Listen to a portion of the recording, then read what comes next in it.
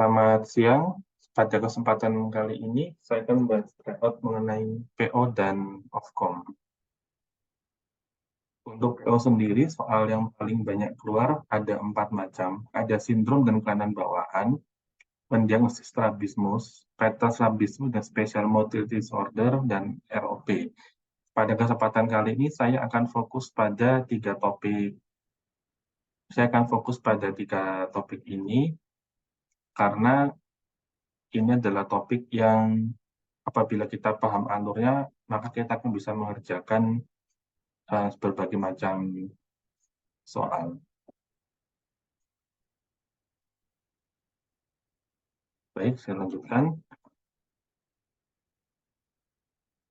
Kita masuk ke exodeviation dan ada exodeviation. Sekilas mungkin ini tanpa panjang ya, tapi akan saya coba sederhanakan. Ketika kita menjumpai kasus exodeviation itu, kita perlu mengetahui apakah ini komitan atau inkomitan. Bagaimana cara kita tahu ini komitan atau inkomitan? Apabila pasien ini itu punya nerve palsy, kemudian ada congenital disinnervation disorder seperti Duane, Mobius, berarti sudah masuk inkomitan. Atau restriksi otot karena thyroid disease, NSOI, itu sudah masuk ke inkomitan. Kemudian apabila strabismus komitan yang panah-panah centang-centang hijau sudah nggak ada, kita bisa masuk ke alurnya. Kalau ada kelainan anatomis, dia sudah pasti masuk ke sensori. Ya, ada kelainan anatomis masuk ke sensori. Anatomis ini maksudnya seperti katarak kongenital, sikatrik kornea, dan ini monokular ya, monocular vision loss masuk ke sensori. Kemudian apabila pasien ini punya cycloplegic refraction, kita mesti melihat ada dengan cycloplegic ini membaik atau enggak. Kalau pasiennya membaik, kita lihat dengan koreksi penuh itu apakah ada residualnya atau enggak. Kalau ada residual, apakah jarak dekat, apakah perbedaan jarak dekat dengan jarak jauh itu ada perbedaan. Kalau ada perbedaan, masuk partial akomodatif. Kalau enggak ada, partial akomodatif dengan high ACA ratio. Kalau tidak ada, berarti masuk partial akomodatif dengan normal ACA ratio. Kemudian kalau tidak ada residualnya, apakah ada perbedaan saat melihat jarak jauh atau dekat? Kalau tidak ada, berarti masuk ke refraktif. Dan ini sering keluar di soal. Kalau ada perbedaan saat melihat jarak jauh dengan dekat, tapi sudutnya dengan koreksi kurang dari 10, nah, kalau dengan kacamata bifokal membaik, berarti dia masuk high ACA ratio akomodatif. Nah, kemudian yang sering keluar juga adalah kalau infantile onset ini artinya kurang dari 6 bulan. Kalau strabismusnya muncul saat usia kurang dari 6 bulan, berarti infantile esotropia. Kemudian ada perbedaan jarak jauh dekat atau enggak. Ini apabila tidak ada data cycloplegicnya. Kalau esotropia lebih besar pada saat jauh dibandingkan saat dekat, berarti masuk divergen. Nah, kemudian kalau ada esotropia selanjutnya, berarti masuk ke konsekutif. Supaya kemudian, oke, ini untuk sekian untuk exodeviation. Selanjutnya kita masuk ke exodeviation. Exodeviation lebih singkat. Di sini saya akan coba untuk menjelaskan. Kalau exodeviation lebih singkat, jadi apabila ada intermittent exotropia, kita lakukan pemeriksaan stereopsis, gerak bola mata, bagus, kemudian kontrolnya. Ada good, ada fair, ada poor. Good control itu artinya juling ini tuh bisa kembali lurus tanpa pasien berkedip. Kalau fair control, juling ini akan tampak ketika pasien itu, kalau fair control itu julingnya akan tampak kurang dari 50% waktu bangun pasien. Kalau poor control lebih dari 50% waktu bangun pasien. Ini soal yang jarang keluar, tapi sesatu dua soal itu bisa keluar seperti ini. Nah, kita lihat pada jarak jauh apakah ada perbedaan lebih dari 10 derajat. Kalau iya, lakukan patching. Kalau sudutnya masih lebih besar dari 10, dengan ACA rasio yang tinggi, berarti eksotropi dengan high ACA rasio. Kalau ACA rasionya tidak ada data, atau ACA rasio normal, masuk ke divergent excess. Nah, kemudian apabila dengan patching, sudut XT ketika jauh, itu akhirnya mengecil, berarti dia masuk ke pseudo divergent excess. Nah, kemudian kita lihat dulu, kalau sudut jauh dan dekat ini sama, kita lihat dulu, kita lihat soalnya. Kalau di soal ini dijelaskan kalau di soal ini dijelaskan eksotropianya lebih besar ketika jarak dekat daripada jauh. Kalau eksotropia lebih dekat pada jarak dekat dibandingkan jauh, dia masuk ke convergent insufficiency. Kalau tidak, dia masuk ke basic type eksotropia. Secara singkat, basic type eksotropia itu apabila jarak jauh dan jarak dekat sama-sama eksotropianya dan besarnya sama. Untuk lebih jelasnya, kita langsung masuk ke latihan soal.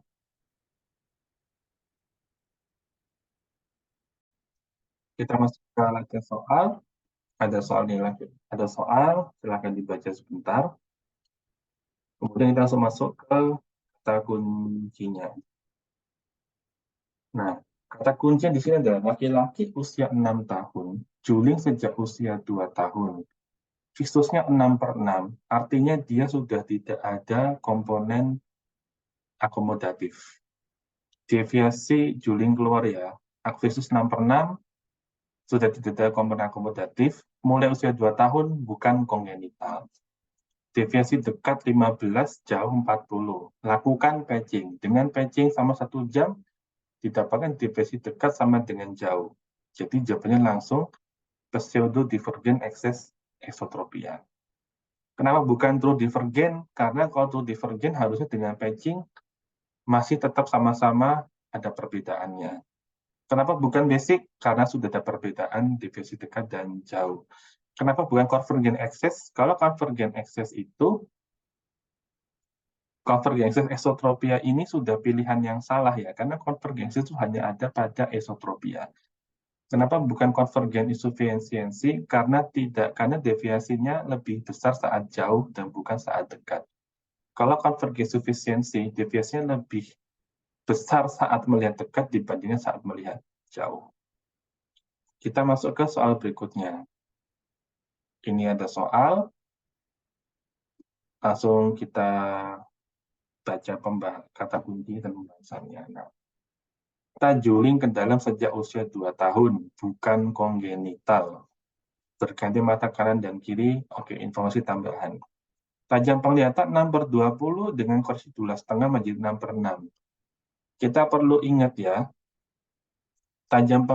koreksi 2,5 pada usia 2 tahun itu normal. Ketika kita membahas soal tentang exodeviation pada anak, kita mesti mengingat berapakah kelainan refraksi normal pada anak. Sebagai patokan, kelainan refraksi lebih dari 4 pada semua kelompok usia anak itu tidak normal. Tetapi untuk kepentingan soal, jadi kita ingat aja ya, lebih dari 4 itu masuk ke akomodatif. Kalau masih 2,5, usia 2 tahun masih normal. Kita lihat divisi jauh 25, dekat 35, upcase downcase 25. Nah, kita fokus ke deviasi jauh dan dekatnya ini. Dia dekat lebih besar daripada jauh. Berarti kita sudah mulai mikir ini ke arah high ACA ratio. Nah, kemudian setelah itu kita lihat lagi soalnya dengan kondisi psikoplegik menjadi ortoforia. Dengan kondisi psikoplegik jauh ortoforia, dekat masih ada sisa 25. Ada residualnya. Lalu dengan pemberian adisi jauh dan dekat ortoforia. Nah, berarti kalau dengan data seperti ini, kita bisa memikirkan jawabannya apa maksudnya.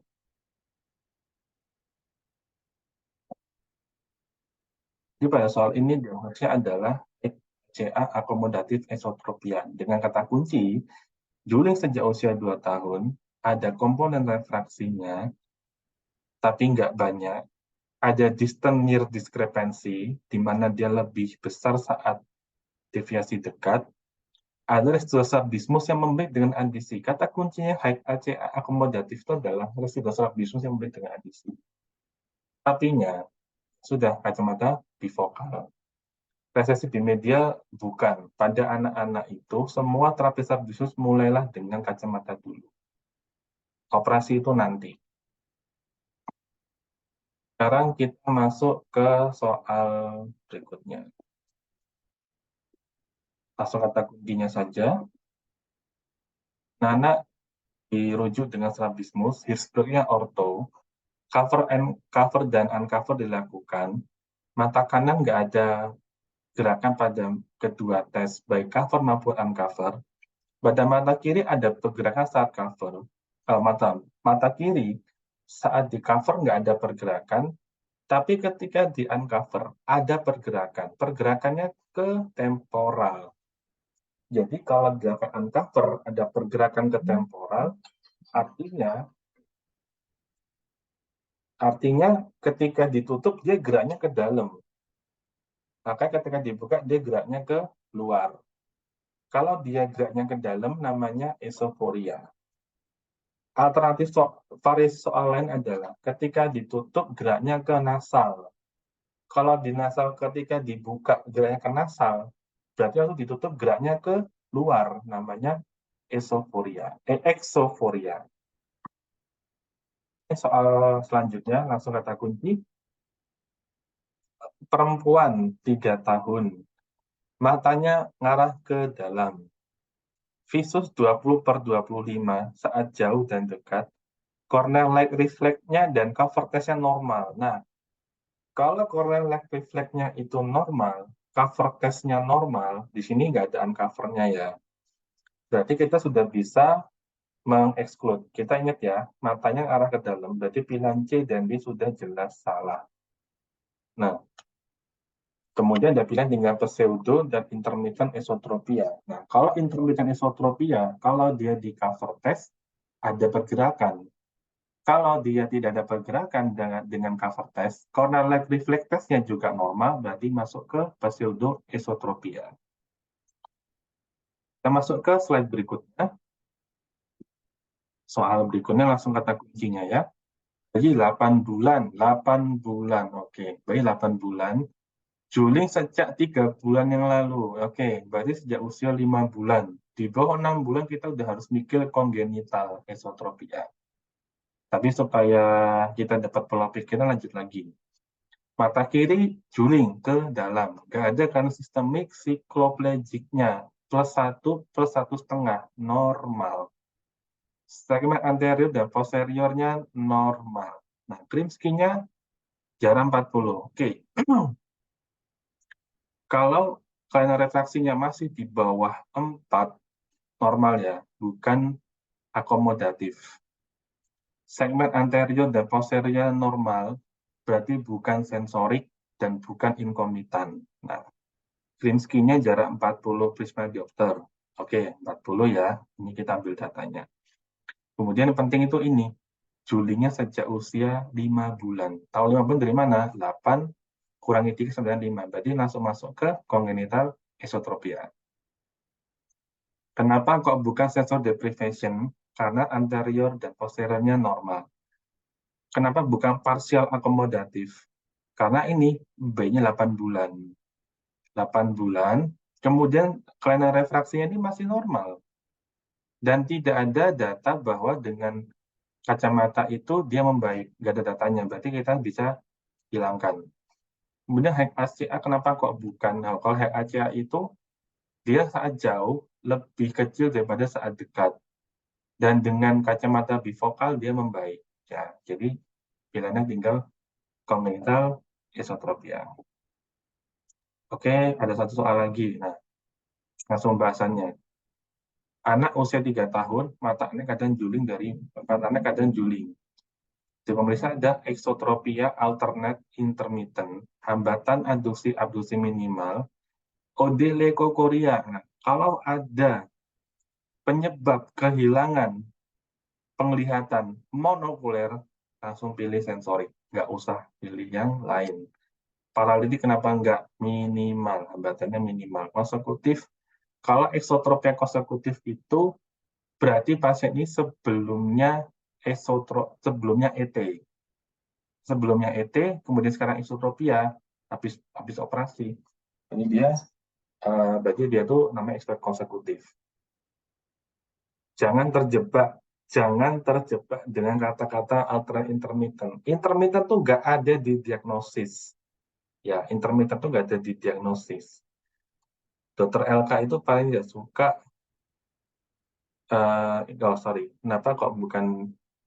kenapa intermittent? Jangan terjebak dengan kata intermittent ya. Usia 3 tahun, intermittent kita belum bisa periksa kontrol seperti apa. Soal ini ngarahkannya ada data-data leukokoria, berarti kita pilih ke sensori. Untuk pembahasan tentang diagnosing strabismus.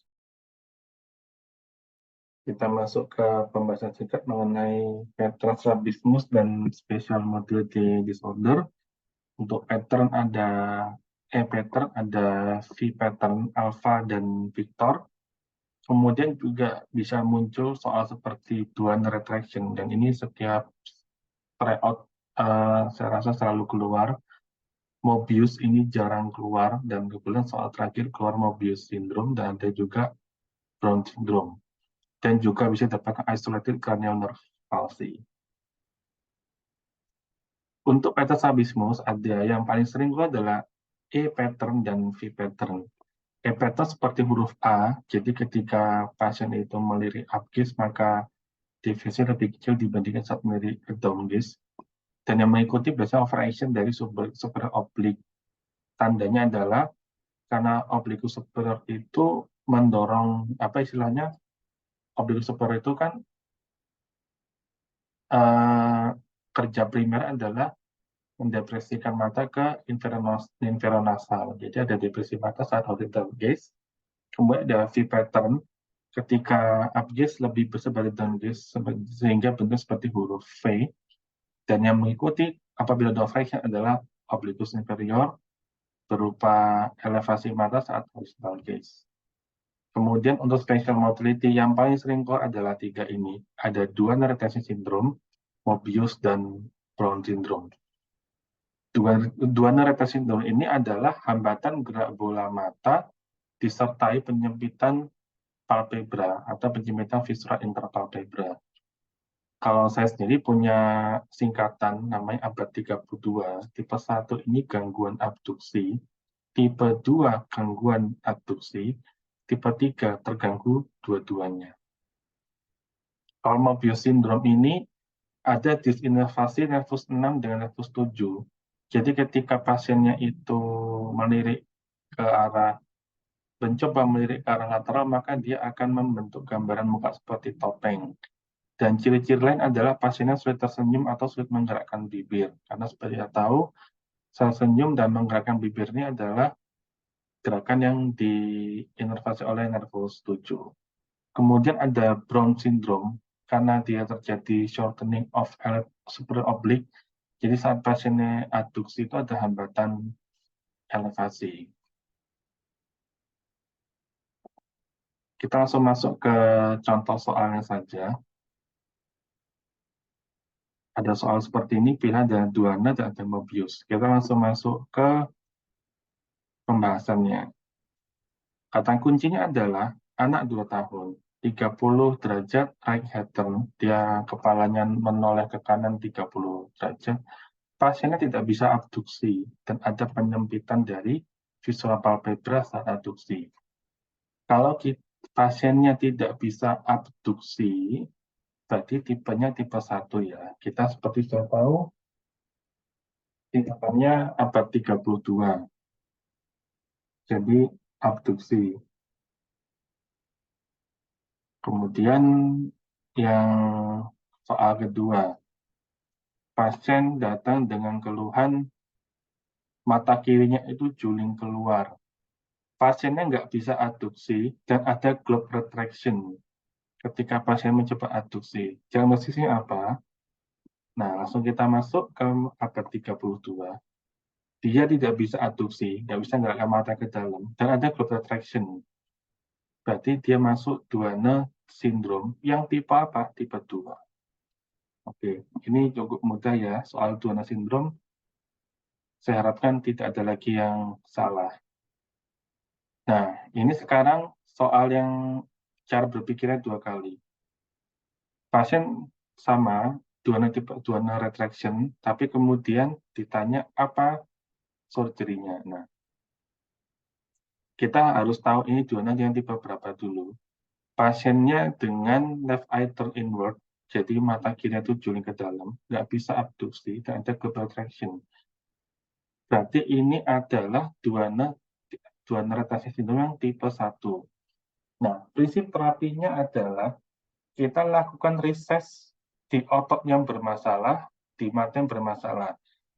Jadi pada Duane retraction syndrome itu, kalau pas seperti contohnya tipe 1, posisi primernya itu esotropia, matanya nggak bisa matanya itu tidak bisa abduksi. Maaf saya salah ketik. Karena mata nggak bisa abduksi, posisi primer esotropia artinya apa? Artinya rectus medial itu narik ke dalam. Jadi otot yang bermasalah, di mata yang bermasalah itu dirises. Jadi rises rectus medial, rises rectus medial. Jawabannya yang delta. Ini saya salah tulis jawabannya yang delta.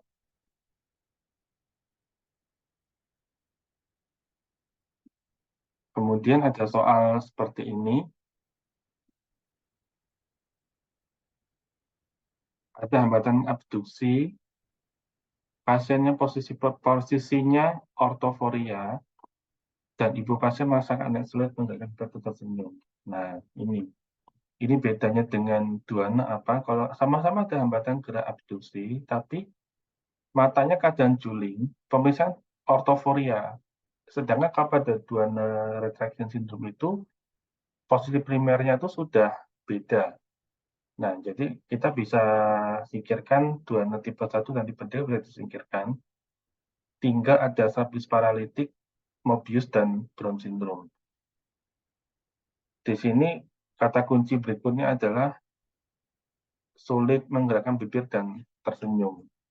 Oh ya, sebagai tambahan, kalau ada trabesus paralitik karena pasien nervus 6, itu biasanya juga mata itu akan mengarah ke dalam.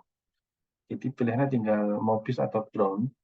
Karena ibu pasien merasa anaknya sulit menggerakkan bibir dan senyum, maka jawabannya adalah Mobius syndrome. Ini juga ada lagi soal tentang pattern strabismus.